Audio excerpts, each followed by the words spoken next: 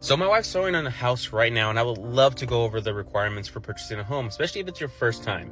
So let's do one by one real quick. The most important is going to be your income. They're going to have to make sure you can afford the house, and they're going to go by your debt to income ratio. Now, this is something that the loan officer can go over with you because you have to calculate it a certain way. But first of all, you have to make sure you can prove income, check stubs, bank statements, things like that. Taxes are very important. There are programs that don't require your taxes, but it's better to have them done anyways, at least for the last 2 years.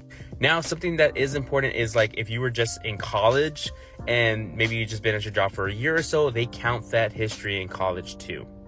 Credit is where it depends because it also depends on location. This is why we want to sit down and talk to you a little bit more. Minimum for an FHA loan, which is a 580 credit score. And now the way this works, they're going to look at all 3 credit bureaus and whatever the middle score is. So let's say you have a 600, a 700, and one score is a 590 for whatever reason.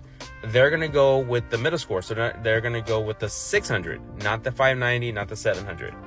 Now, if you need help with down payment assistance, let's say you don't have the money to put down, it's going to be a 620 credit score. Or if you're a little bit outside 1604, in some areas, it's a USDA loan, so it'll be a 640 credit score. There are other programs that help with down payment, and you can at least need a 620 as well. Rates do vary because you cannot pay down payment assistance down, which is why there's also bond programs that offer a lower credit score. A lower rate. They were at 5.5s, but I think they went up to a 6. I have to double check, and it also depends on the area.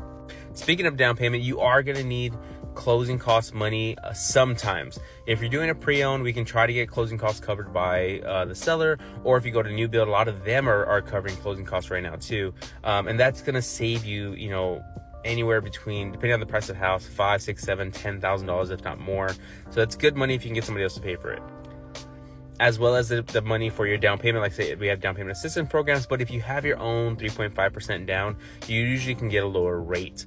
Some places are offering, 4.25% rates. Some of them are offering 5% rates. Even if you're going pre-owned, we can get them, instead of bringing down the price of the house, we can ask for seller credits and we can pay down the rates too. So what I would say is, that's the gist of everything. But if you don't meet some of those requirements, I would still say, for like a lot of people who've been doing this, still do an application with the loan officer, because a lot of times, especially the ones we work with, they're able to tell you what you're going to need to do in the future to get approved.